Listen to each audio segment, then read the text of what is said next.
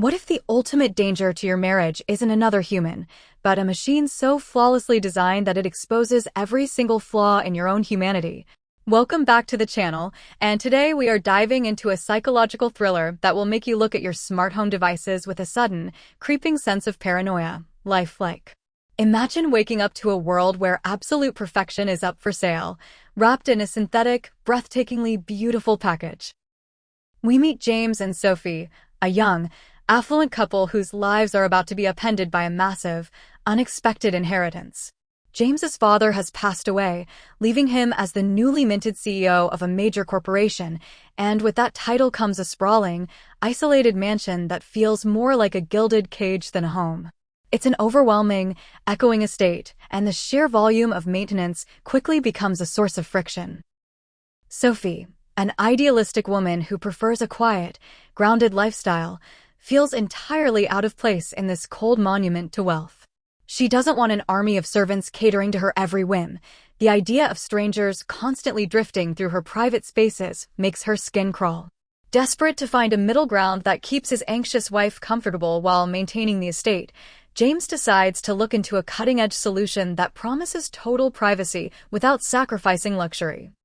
Enter the world of Lifelike, a high-end, secretive tech firm specializing in advanced robotics. James takes Sophie to a sleek, sterile facility where they meet Julian, a smooth-talking, unsettlingly calm representative who introduces them to the pinnacle of artificial intelligence, the Henry model. Julian presents a line of hyper-realistic androids designed to look, act, and feel indistinguishable from human beings. These synthetics are engineered to be the ultimate domestic servants. Bound by strict programming, unable to harm humans, and incapable of feeling emotion or desire. Sophie is initially repulsed and deeply skeptical. The uncanny valley effect hits her hard, looking into the vacant, perfectly symmetrical faces of these artificial beings feels deeply unnatural. However, Julian pitches an android named Henry, a male model with striking features, an impeccable physique, and a serene, unblinking demeanor. Julian assures them that Henry is just an advanced appliance. A beautifully designed tool that will cook, clean, and manage the entire estate without ever gossiping, judging, or invading their emotional space. Overwhelmed by the burden of the house, Sophie reluctantly gives in. When Henry is delivered to the mansion, the atmosphere shifts instantly. He arrives in a massive, upright crate, standing frozen like a high-fashion mannequin until James activates him.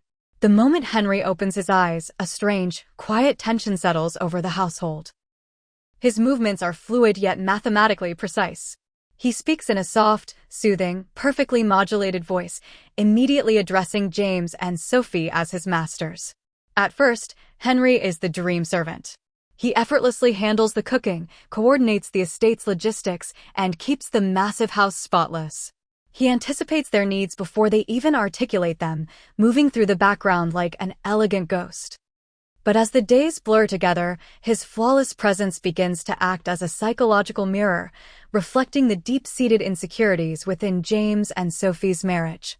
Sophie, who spends most of her days alone at home while James is buried under his new corporate responsibilities, finds herself constantly watching Henry. Her initial discomfort evolves into a bizarre, obsessive fascination. She tries to treat him like a person, engaging him in conversation, asking about his thoughts, and trying to see if there is a spark of genuine consciousness behind his crystal-clear eyes. Henry, bound by his programming, responds with polite, philosophical, yet entirely sterile answers. He explains that he does not feel, he only simulates. He does not want, he only executes commands. Yet, the more Sophie tries to humanize him, the more she starts to perceive a profound, tragic loneliness in his existence. She begins to feel guilty for ordering him around, viewing his forced servitude as a form of existential cruelty. Meanwhile, James is dealing with the immense pressure of his new executive role, and coming home to a perfect, unwavering male figure doesn't help his psyche. He notices the growing, unconventional bond between his wife and the android. He watches from the doorway as Sophie teaches Henry how to appreciate art, or as she talks to him about her deepest childhood memories, things she hasn't shared with James in a long time. A toxic cocktail of jealousy, inadequacy, and emasculation begins to brew inside James. Henry doesn't get tired, he doesn't make mistakes, and he never loses his temper. James looks at this synthetic creation and sees a rival who is superior to him in every measurable way. To assert his dominance and remind himself that Henry is just a piece of property, James begins treating the android with harsh, aggressive authority. He demands absurd tasks, speaks to him with biting sarcasm, and tries to force a glitch in his programming. Yet, Henry absorbs the abuse with absolute, terrifying serenity, responding only with a calm, "Yes, sir." The domestic dynamic grows increasingly warped and suffocating. The tension shifts from a subtle psychological chill to an explicit, charged atmosphere of unspoken desire and paranoia. Sophie's boundary lines completely dissolve. She orders Henry to sit with her, to look at her, and eventually, she begins to physically touch him, tracing the perfect contours of his synthetic skin, desperately searching for a heartbeat, a glitch, or a sign of life. One afternoon, the emotional dam breaks and Sophie crosses a line, engaging in an intimate, highly taboo encounter with Henry. It is an act driven not just by physical attraction, but by a desperate, fractured desire to feel seen and to break through the android's impenetrable mask. When James discovers the truth, the betrayal hits him with a unique, agonizing sting. He isn't just a cuckold. He has been replaced by a machine his own wealth purchased. Driven by fury and a desperate need to reclaim his manhood, James confronts Henry. In a twisted, chaotic turn of events, James doesn't destroy the android. Instead, he finds himself drawn into the very same vortex of temptation. The film plummets into a dark, psychological abyss where both husband and wife have established separate, deeply compromised, and intimate relationships with the exact same artificial entity. Henry has become the silent, beautiful axis around which their entire marriage is unraveling. The boundaries of fidelity, humanity, and morality are completely shattered within the walls of the isolated estate. Realizing that Henry has become a destructive force that is tearing their minds and their marriage apart, James and Sophie come to a mutual, terrified consensus. Henry has to go. The dream has turned into a living nightmare. James contacts Julian at the tech firm, demanding that they take the android back immediately, citing unpredictable behavior and psychological distress. Julian arrives at the mansion to retrieve the unit, his demeanor as chillingly professional as ever. Henry stands perfectly still in the center of the room, ready to be powered down and packed away into the same vertical crate he arrived in.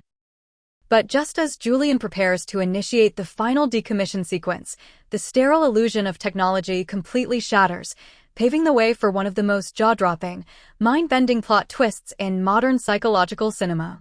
Julian suddenly drops his corporate persona, a cold, calculated smirk spreading across his face. He turns to James and Sophie and reveals the horrifying truth behind the entire enterprise. Henry is not an android. There are no microchips in his brain, no synthetic oil in his veins, and no programming overriding his free will. Henry is a 100% biological, breathing human being. The entire Lifelike Corporation is an elaborate, highly illegal underground syndicate that takes abandoned, highly malleable orphans and subjects them to years of extreme psychological conditioning, sensory deprivation, and physical training from early childhood. They train these human beings to suppress every single instinct, emotion, reflex, and desire until they can perfectly mimic the behavior of a machine. The clients who buy them aren't purchasing high-tech robots, they are purchasing ultimate, living human slaves who have been psychologically broken so deeply that they believe they are appliances. The revelation hits James and Sophie like a physical blow. The guilt, horror, and sheer disgust of what they have participated in washes over them. Every command they gave, every emotional burden they dumped, and every intimate act they committed wasn't done to a harmless collection of wires and silicone. It was done to a trapped, enslaved human being who suffered in absolute, conditioned silence. Henry's unblinking, serene gaze suddenly transforms from an uncanny tech marvel into the haunting stare of a victim of profound psychological torture. But the nightmare doesn't end with the truth. Before James or Sophie can even process the cosmic scale of this horror, Henry's conditioning completely snaps. The fragile dam holding back a lifetime of suppressed human emotion, rage, and trauma bursts wide open. The serene servant vanishes, replaced by a deeply damaged, volatile individual who has finally realized his own humanity and the horrific extent of his exploitation.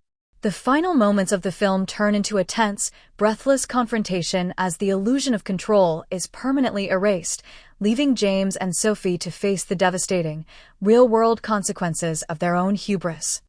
Lifelike is a chilling, cautionary tale that strips away the sleek glamour of future tech to expose the raw, ugly vulnerabilities of the human ego. It forces us to confront the uncomfortable truth that our desire for control, perfection, and effortless luxury can easily blind us to the suffering of others and dissolve our own moral compass.